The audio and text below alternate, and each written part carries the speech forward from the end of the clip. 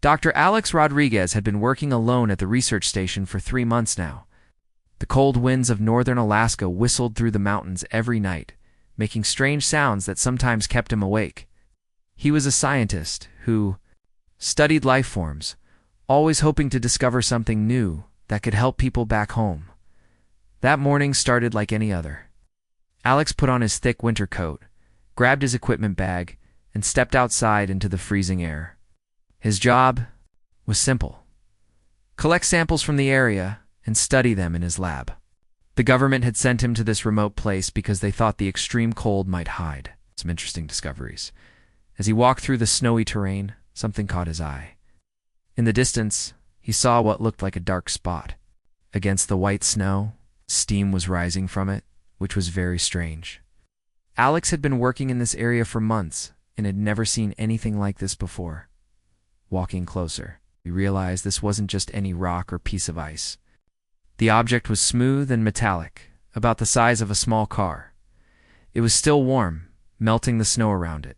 Alex's heart started beating faster. This definitely wasn't natural. He carefully examined the object from all sides. It looked like some kind of pod or container. There were strange markings on its surface that didn't match any language he knew. The metal felt different too, lighter than steel, but stronger than aluminum. Then Alex noticed something that made him freeze in place. There was a small window on one side of the pod, and through it he could see something moving inside. His hands shaking from both cold and excitement, Alex found what looked like an opening mechanism. The pod made a soft hissing sound as it slowly opened. Warm air rushed out, creating a cloud of steam in the cold morning air. What Alex saw inside changed his life forever.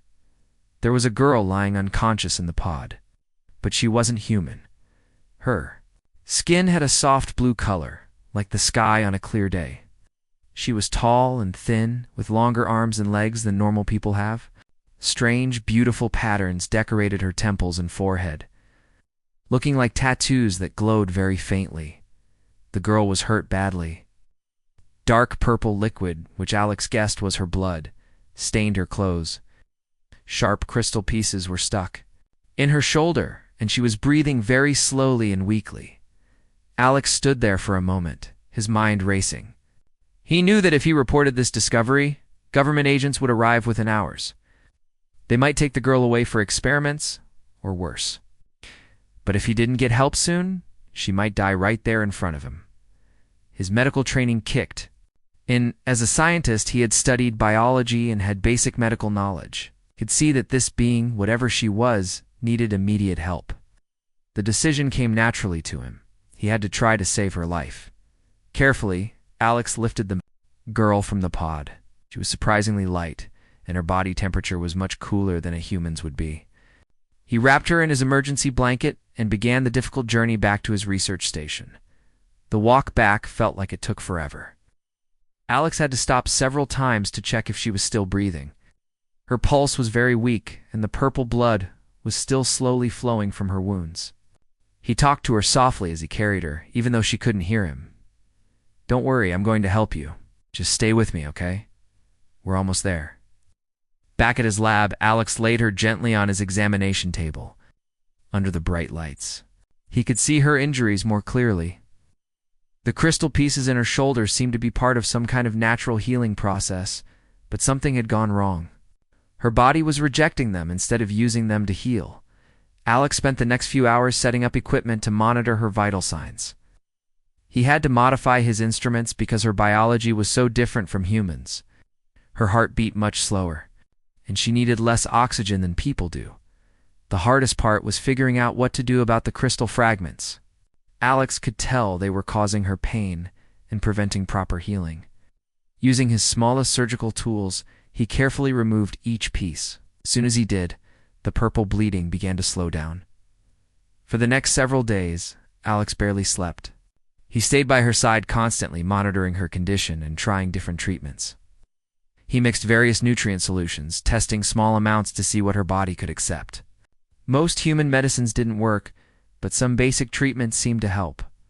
Slowly, very slowly, the girl began to improve. Her breathing became stronger, and the wound started healing in a way Alex had never seen before. Instead of forming scabs, like humans do, her skin seemed to rebuild itself from the inside out. On the fourth day, something incredible happened. The girl opened her eyes. They were the most beautiful eyes Alex had ever seen, large, silver, and filled with intelligence. When she saw him leaning over her, she tried to sit up quickly, but Alex gently placed his hand on her shoulder. "Okay, you're safe. I'm not going to hurt you." She didn't understand his words, but something in his voice and gentle touch seemed to calm her. She looked around the lab with curiosity rather than fear. Taking in all the equipment and instruments, Alex pointed to himself and said slowly, "Alex." Then he pointed to her with a questioning look. The girl thought for a moment, then touched her chest and made a sound that was almost like Kira. Her voice was musical, different from human voices, but somehow familiar. Over the next few days, Alex and Kira began to communicate through gestures and simple sounds. He showed her pictures and objects, teaching her basic English words, while she tried to explain things about herself. Progress was slow, but Alex could tell she was incredibly intelligent. What amazed Alex most was how quickly Kira learned. Within a week, she could say simple sentences in English. She was also fascinated by everything in his lab, examining instruments with the curiosity of a fellow scientist. As Kira grew stronger, Alex faced a difficult reality. He had been hiding her presence from the outside world, but that couldn't last forever. Soon his supervisors would expect reports, and supply deliveries would arrive. He needed to make some big decisions about what to do next. But looking at Kira as she carefully studied a microscope, seeing the wonder in her silver eyes and the trust she had placed in him, Alex knew one thing for certain. He had done the right thing by saving her life. Whatever happened next, he wouldn't let anyone harm this remarkable being who had somehow found her way into his world. Little did Alex know that this decision to help a stranger would lead to discoveries that would change not just his life, but the future of two entire worlds. The first week with Kira was like learning a completely new kind of science. Alex quickly realized that everything he thought he knew about biology was only half the story. Kira's body worked in ways that seemed impossible, yet somehow made perfect. Since every morning, Alex would check her vital signs and be amazed all over again. Her heart beat only 30 times per minute, but it was incredibly efficient. Her lungs processed air differently too, taking in less oxygen but using every bit of it perfectly. It was like watching a machine that had been designed by someone much smarter than any human engineer. The biggest challenge came when Kira tried to eat regular food. Alex offered her some crackers and water, thinking these would be safe and easy to digest. But within an hour, Kira was doubled over in pain, her blue skin turning an alarming shade of gray. "What's wrong? What hurts?" Alex asked frantically. But Kira could only point to her stomach and make sounds of distress. That's when Alex realized he had made a serious mistake. Human food was basically poison to her system. He spent the next 2 days frantically testing different combinations of nutrients and minerals, trying to find something her body could process safely. Finally, he discovered that Kira could absorb nutrition from liquid solutions that contained specific metal compounds. It was like she was part plant, part animal, and part something else entirely. The solution had to be exactly the right temperature and contain precise amounts of copper, silicon, and other elements that humans barely needed. As the days passed, Alex and Kira developed their own daily routine. Each morning, he would prepare her special nutrient solution while she practiced walking around the lab. Her movements were graceful, but different from humans. She seemed to glide rather than walk, and she could stretch her limbs in ways that looked almost like dancing. Communication became easier as Kira learned more English words. She was incredibly smart, picking up new vocabulary every day. But what really surprised Alex was how much she seemed to understand about science and medicine, even though her world was completely different from Earth. One afternoon, while Alex was struggling to adjust his equipment to better monitor her health, Kira gently took the instrument from his hands. With her long, delicate fingers, she made a few adjustments that Alex hadn't even thought of. Suddenly, the readings became much clearer. "How did you know how to do that?" Alex asked, amazed. Kira smiled, the first real smile he had seen from her. My people? We understand. Life patterns, she said slowly, choosing each English word carefully. Your machines. They see life like us. This was when Alex realized that Kira wasn't just some lost traveler. She was a scientist too, probably more advanced than anyone on Earth. The thought was both exciting and a little scary. As Kira grew stronger, she began to help Alex with his research. She would look at his samples under the microscope and point out things he had missed. Her understanding of cellular structures was incredible. Sometimes she would draw strange diagrams that showed how different life forms could work together in ways Alex had never imagined. Your world has so many life types, Kira told him one evening as they looked at bacteria samples together. My world, ... not so many. But each one very special. Alex noticed sadness in her voice when she talked about her home. He wanted to ask her more about it, but he could tell the subject was painful for her. Instead, he focused on helping her recover and learning from her amazing knowledge. The real breakthrough came during the 3rd week. Alex had been worried because Kira still seemed weak, even though her wounds had healed. She would get tired quickly and sometimes had trouble breathing, especially when the weather changed. One morning, Alex found Kira sitting by the window, looking very pale. Air, different today, she said weakly. That's when it hit him. Problem wasn't just food, it was the air itself. Earth's atmosphere was slowly making her sick. He immediately started working on a solution, using his lab equipment to create a better air mixture for her, through trial and error. Alex discovered that Kira needed air with more nitrogen and less oxygen than Earth's normal atmosphere. He rigged up a system that could provide her with the right mixture, at least in his lab. The change was immediate and dramatic. Within hours of breathing the improved air, Kira's color returned to its healthy blue shade. Her energy came back, and for the first time since he'd found her, she seemed truly comfortable. Better, she said, taking a deep breath of the modified air. Much better. Thank you, Alex. It was the first time she had said his name clearly, and hearing it in her musical voice made Alex feel proud and happy in a way he had never experienced before. As Kira's health improved, so did her English. She began to tell Alex more about herself and her people. She explained that she was part of a group that studied other worlds, looking for solutions to problems on her home planet. We watch ... learn, but never touch, she said. It's not supposed to make contact, but my ship ... something went wrong. Alex learned that Kira's crash had been an accident. She was supposed to observe Earth from far away, but her spacecraft had malfunctioned during a storm. Emergency landing had damaged not only her ship, but also the special systems that kept her healthy while away from home. My people. They must think I am gone, Kira said quietly one evening. They cannot come look for me. Too dangerous for them here. Alex felt his heart sink. He had grown so attached to having Kira around. She wasn't just a fascinating alien anymore. She was his friend, his research partner, and someone he genuinely cared about. But he also knew that Kira missed her home and her people.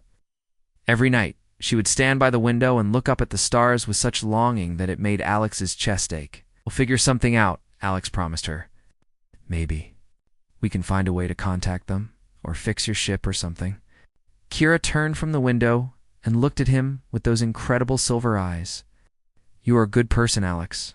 Your people lucky to have someone like you. As Alex went to sleep that night, he wondered what the future would hold for both of them. He had saved Kira's life, but now he was starting to realize that she might be about to save his life too, just in a completely different way.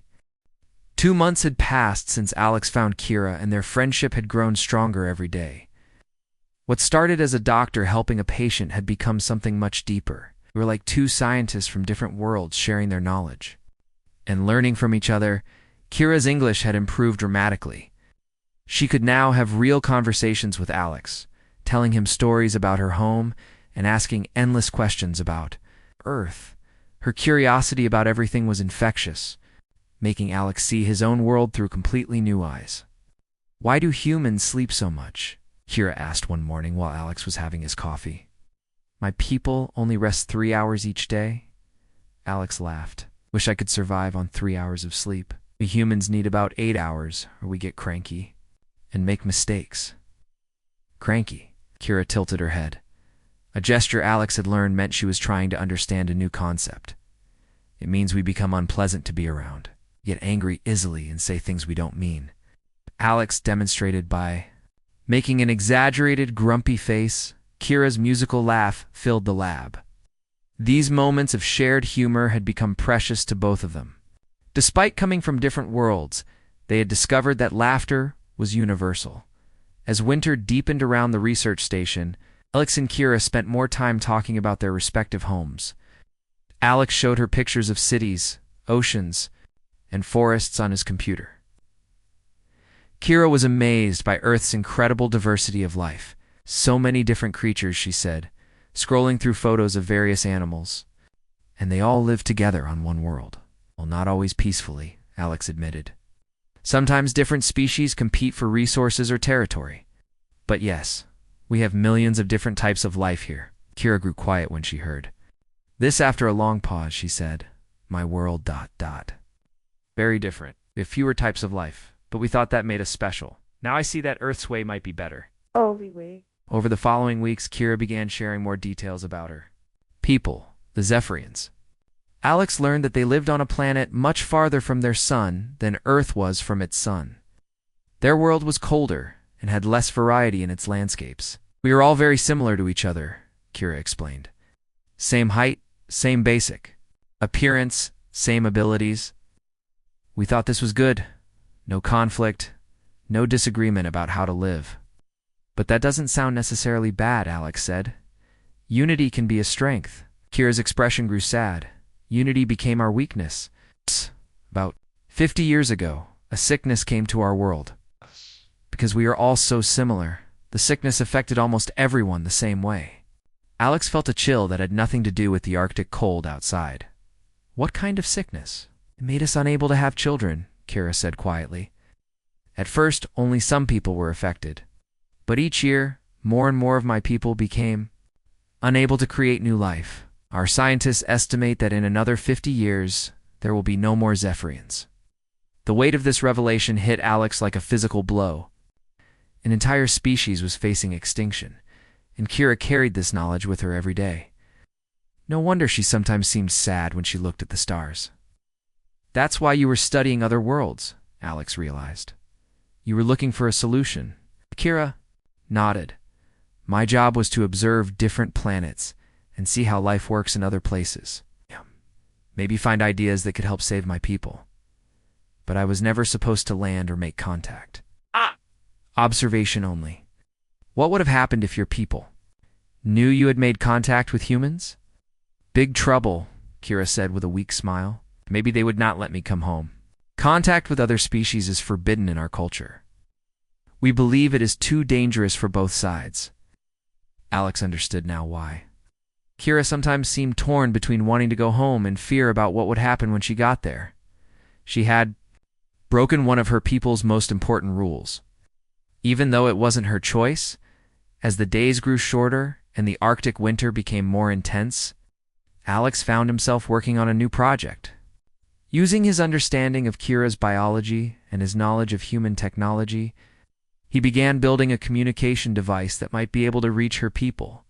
Is this really possible? Kira asked, watching him work with components he had ordered. Under the pretense of upgrading his research equipment, I think so, Alex said, soldering two wires together. Your people must have some way to communicate across space. If we can figure out the right frequency and signal pattern, maybe we can send a message. The project took weeks of trial and error. Alex had to learn completely new principles of physics that Kira tried to explain to him. Her people's technology worked differently from human technology, using principles that seemed almost like magic to Alex. Energy flows differently in space than on planets, Kira explained, as they worked together late one evening. Your people. Think of energy as something you create and use. My people know that energy is something you guide and shape. Slowly, Alex began to understand. It wasn't just about building a radio that was powerful enough to reach space. It was about creating a device that could tap into the natural energy flows that existed throughout the universe. When they finally got the device working, the moment was both exciting and terrifying. A soft blue light emanated from the crystal. Components Kira had contributed, and strange harmonics filled the air. "It's working," Kira whispered, her silver eyes wide with amazement. "Alex, it's actually working." They sent a simple message, Kira's identification code and a request for contact. Then they waited. 3 days later, something incredible happened. The device activated on its own, filling the lab with that same blue light and musical harmonics. But this time, the sounds formed patterns that Kira recognized. She listened intently for several minutes, her expression changing from hope to joy to something that looked like fear. "What did they say?" Alex asked when the transmission ended. Kira turned to him with tears in her silver eyes. "They thought I was dead. They are so happy to know I am alive." But Alex ... She paused, struggling with her emotions. "What is it? They are coming to get me. Rescue ship will be here in 2 weeks." Kira's voice was filled with conflicting emotions. "I can go home." Alex felt his heart sink, even though he knew this was what Kira wanted and needed. "That's wonderful news," he said, trying to sound happy for her. But as they stood there in the lab that had become their shared world, both Alex and Kira realized that saying goodbye was going to be much harder than either of them had expected. They had found something special in their friendship, a connection that transcended the differences between their species. Over the next few days, as they waited for the rescue ship, Alex and Kira spent every moment together. They shared more stories, laughed more often, and tried not to think about the approaching separation. Neither of them knew that Kira's rescue would bring an opportunity that would change both of their lives in ways they never could have imagined. The rescue ship arrived on a clear, cold night when the northern lights painted the sky in brilliant green and blue. Alex and Kira stood outside the research station, watching as a sleek, silent craft descended from the stars. It was beautiful, in a way that took Alex's breath away, like a piece of flowing water frozen in the shape of a teardrop. 3 Zephyrians emerged from the ship, and Alex got his first look at Kira's people. They were tall and graceful like her, with the same blue-tinted skin and silver eyes. But there was something different about them. They moved with a kind of sadness that seemed to weigh down their shoulders. The reunion between Kira and her people was emotional. They spoke in their musical language. Alex could hear the joy and relief in their voices, even though he couldn't understand the words. But he also noticed how they kept glancing at him with curiosity and something that might have been concern. After the initial reunion, Kira introduced Alex to her rescue team. The leader, an older Zephyrian, who carried himself with quiet authority, studied Alex with intense interest. "This is the human who saved your life," he said to Kira in heavily accented English. Then he turned to Alex. "I am Commander Zeth. We owe you a debt that cannot be repaid." "You don't owe me anything," Alex replied. "Anyone would have done the same thing." Commander Zeth exchanged a meaningful look with the other Zephyrians. "No," he said quietly. "Not anyone would have risked so much for a stranger from another world." Over the next few days, while the Zephyrians prepared for departure, Alex learned more about their situation. It was even worse than Kira had told him. Their population had dropped to fewer than 10,000 individuals, and the rate of decline was accelerating. "We have perhaps 20 years left," Commander Zeth explained. As they sat in Alex's lab, "We have tried everything our science can offer. Nothing has worked." Alex felt a deep sadness hearing this. These were good people, intelligent, peaceful, and kind. The thought of them disappearing forever seemed wrong in every possible way. During those same days, Alex noticed that Kira was struggling with something. She would start to say something to him, then stop. She would look at him with an expression he couldn't read, as if she were trying to solve a difficult problem. On the 3rd night, as Alex was preparing to say his final goodbye to Kira, she asked him to walk with her away from the others. Under the dancing aurora, she finally told him what had been weighing on her mind. "Alex," she said, her voice barely above a whisper, "there is something I must tell you, something that could change everything." Alex's heart began to beat faster. "What is it?" "My people have a way to share our life essence with others. It is called the melding. It is sacred to us, used only in the most special circumstances." Kira paused, looking up at the stars. It allows us to give part of our biological knowledge and abilities to someone we trust completely. Alex didn't understand at first. What do you mean? Share your life essence. I mean, I can give you some of my abilities. It's better understanding of life and biology, longer life, enhanced healing, the ability to see patterns in nature that humans cannot normally see. Kira turned to face him directly. But Alex, it would change you forever. You would no longer be completely human. The weight of what she was offering hit Alex like a physical blow. Why would you do that? What would you get in return? Hope, Kira said simply. If you accepted the melding, you would gain knowledge that could help both our peoples. You could understand our biology in ways that might lead to a cure for our sickness. And you could bring new medical advances to humans too. Alex stared at her, his mind racing. But what would happen to me? Would I still be me? Yes, but also more than you are now. Think of it like adding new rooms to your house. The original house is still there, but now it's bigger and can hold more. Kira reached out and gently took his hand. But Alex, I must be honest with you. This is not something that can be undone. Once the melding is complete, you would be changed. Forever. Alex felt overwhelmed. The offer was incredible, but the implications were staggering. What would your people think? Would they approve of you doing this? Kira looked back toward the ship where her people waited. They would understand. The melding is only offered to someone who has earned absolute trust and respect. By saving my life and protecting me, you have earned that right. But what about you? Would it hurt you or weaken you in some way? The melding requires a part of my life essence. Yes. But Alex, don't you see? Why? If this helps save my people, then giving part of my life to make that possible would be the greatest honor I could imagine. Alex walked in silence for several minutes, his thoughts churning. The practical part of his mind was fascinated by the possibilities. The knowledge he could gain might indeed lead to revolutionary advances in medicine and biology. He could potentially help save the Zephyrians and make incredible discoveries that would benefit all of humanity. But the personal cost was enormous. He would no longer be fully human. His life would be extended far beyond a normal human lifespan, which meant he would outlive everyone he currently knew and loved. His family, his colleagues, his entire world as he knew it would eventually become a memory. How long do I have to decide? Alex asked. We leave tomorrow night, Kira replied. If you choose to accept the melding, it must happen before then. The process requires both participants to be in perfect health.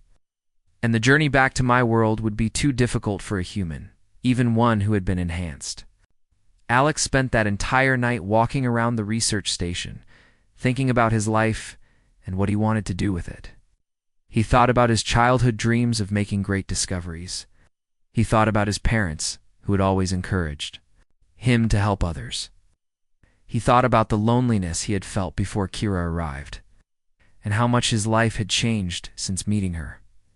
Most of all, he thought about the Zephyrians, an entire species facing extinction. If there was even a small chance that he could help prevent that tragedy, didn't he have a responsibility to try? As the sun began to rise over the Arctic landscape, Alex made his decision. He found Kira sitting by herself near the ship, watching the dawn paint the sky in shades of pink and gold. I'll do it, he said quietly. Kira turned to look at him, her silver eyes wide with surprise and something that might have been relief. Are you certain? This is not a choice you can change your mind about later. Alex nodded, feeling more sure of himself than he had in years. I've spent my whole life studying biology and trying to understand how life works. This is the ultimate research opportunity. How could I possibly say no? Kira smiled then, the first truly happy smile Alex had seen from her since the rescue. Ship arrived. Then we must begin preparations immediately. The melding ceremony requires specific conditions and cannot be rushed. As they walked back toward the research station together, Alex felt a mixture of excitement and terror. In a few hours, he would be transformed into something humanity had never seen before. He would gain knowledge and abilities beyond anything he had ever imagined, but more than that, he would be taking the first step toward what he hoped would be the salvation of two worlds. It was the biggest risk he had ever taken.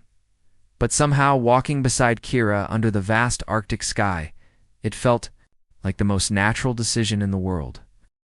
The melding ceremony began just as the sun set behind the mountains. Kira and the other Zephyrians had spent hours preparing a special chamber inside Alex's research station, using crystals and devices from their ship to create the right conditions. Alex lay on a modified examination table, surrounded by softly glowing crystals that hummed with a gentle energy. Kira sat beside him, her hand resting on his forehead. The other Zephyrians stood in a circle around them, singing in their musical language. The sound was beautiful, and somehow made Alex feel completely calm. "Are you ready?" Kira asked softly. Alex nodded, though his heart was beating fast with nervous excitement. "What will it feel like?" "Like falling asleep and waking up at the same time?" Kira replied with a gentle smile. "Trust me, Alex. Trust the process." When the melding began, Alex felt a warm, tingling sensation spreading through his body. It started at his forehead, where Kira's hand rested, and slowly moved down to his toes. The sensation wasn't painful. It was actually quite pleasant, like sinking into a warm bath after a long day in the cold. But then something unexpected happened. Instead of simply receiving Kira's abilities, Alex felt his own knowledge and experiences flowing back toward her. The exchange was going both ways, creating something neither of them had anticipated. Commander Zeth stopped singing abruptly. "This is not normal," he said, concern evident in his voice. "What's happening?" Alex asked, though he felt perfectly fine. Kira's eyes had grown wide with wonder. "I can feel your memories, your knowledge about human biology. This has never happened before, in any melding ceremony." The process continued for another hour, with both Alex and Kira experiencing changes they hadn't expected. When it finally ended, Alex sat up slowly, feeling different in ways he couldn't immediately describe. The first thing he noticed was that his vision had changed. He could see patterns of energy flowing through everything around him, the walls, equipment, even the other people in the room. It was like having a completely new sense that showed him how all living things were connected. "How do you feel?" Commander Zeth asked, studying Alex with fascination. "Different?" "But still me," Alex replied honestly. He looked at his hands and saw that his skin had taken on a very faint blue tint, barely noticeable unless you looked closely. "I can see things I never could before." Kira was examining her own hands with amazement. "I feel different too. I understand human biology now, in ways I never did before." "Alex, I think we created something completely new." Over the next few days, as Alex and Kira discovered the extent of their changes, it became clear that the melding had produced results far beyond what anyone had expected. Alex had gained enhanced abilities and extended lifespan, just as planned. But he had also retained all of his human creativity, emotions, and intuition. More importantly, Kira had gained insights into human biology that gave her new ideas about her people's reproductive problems. The exchange had worked both ways, creating a hybrid understanding that belonged to both species, and yet was something entirely new. "I need to run some tests," Alex said on the fourth day after the melding. "I have ideas about your people's condition that I never would have thought of before, working together with their combined knowledge." Alex and Kira made discoveries that shocked even Commander Zeth. They found that the Zephyrian reproductive problem wasn't really a disease at all. It was an evolutionary adaptation gone wrong. "Your people evolved to have fewer children when resources were scarce," Alex explained to the gathered Zephyrians. "But the adaptation became permanent when it should have been temporary. The key is to reactivate the dormant genetic switches that control fertility, using a combination of human medical techniques and Zephyrian energy manipulation." They developed a treatment protocol that could potentially restore reproductive function to Kira's people. It was revolutionary, combining the best of both worlds' scientific understanding. Commander Zeth was amazed by what they had accomplished. "In 4 days, you have made more progress than our scientists have made in 50 years. "That's because we're thinking about the problem in a completely new way," Kira replied. "Neither purely human nor purely Zephyrian, but something that combines both perspectives." When the time came for the Zephyrians to leave, Commander Zeth made an unprecedented decision. Instead of taking Kira back to their dying world, He proposed something that had never been done before in Zephyrian history. "Alex," he said formally, "would you consider becoming our first interspecies ambassador? You and Kira have proven that. Our two peoples can accomplish incredible things when we work together." Alex was stunned by the offer. "What would that mean exactly?" "It means you would help us establish a secret research facility here on Earth, a place where humans and Zephyrians could work together to develop treatments that could save both our species from various health problems." The idea was incredible. Alex would get to continue his research with access to technology and knowledge far beyond anything available on Earth. He could help save the Zephyrians while also developing medical advances that would benefit humanity for generations. "But what about the rule against contact between species?" Alex asked. Commander Zeth smiled sadly. "When your people are facing extinction, some rules become less important than survival. Our governing council has agreed that desperate times require desperate measures." 6 months later, Alex stood in a state-of-the-art laboratory hidden beneath the Arctic ice. The facility was a marvel of both human and Zephyrian engineering, equipped with technology that seemed like magic to most humans, but felt perfectly natural to Alex. With his enhanced understanding, Kira worked beside him as they tested their latest treatment on volunteer Zephyrian patients. The results were promising. Their hybrid approach was showing success rates that neither species could have achieved alone. "The first patient is showing positive signs," Kira reported, reading data from instruments that combined human electronics with Zephyrian biosensors. "Reproductive function is beginning to return to normal levels." Alex felt a surge of joy and pride. They were actually doing it, saving an entire species from extinction while advancing human medicine at the same time. As he looked around the laboratory, Alex reflected on how much his life had changed since that cold morning when he found a crashed pod in the snow. He had started as a lonely researcher looking for something interesting to study. Now he was part of something much bigger, a bridge between two worlds, working to ensure that both species would have bright futures. The best part was that he wasn't doing it alone. Kira was beside him every step of the way, and their partnership had grown into something deeper than friendship. They were two beings who had found in each other not just companionship, but a shared purpose that was bigger than either of them. Individually, that evening, as they watched the northern lights dance across the sky through the facility's observation dome, Alex knew he had made the right choice. Sometimes the most important discoveries come not from looking up at the stars, but from having the courage to help someone in need. "What are you thinking about?" Kira asked, noticing his contemplative mood. Alex smiled, feeling more content and purposeful than he ever had in his human life.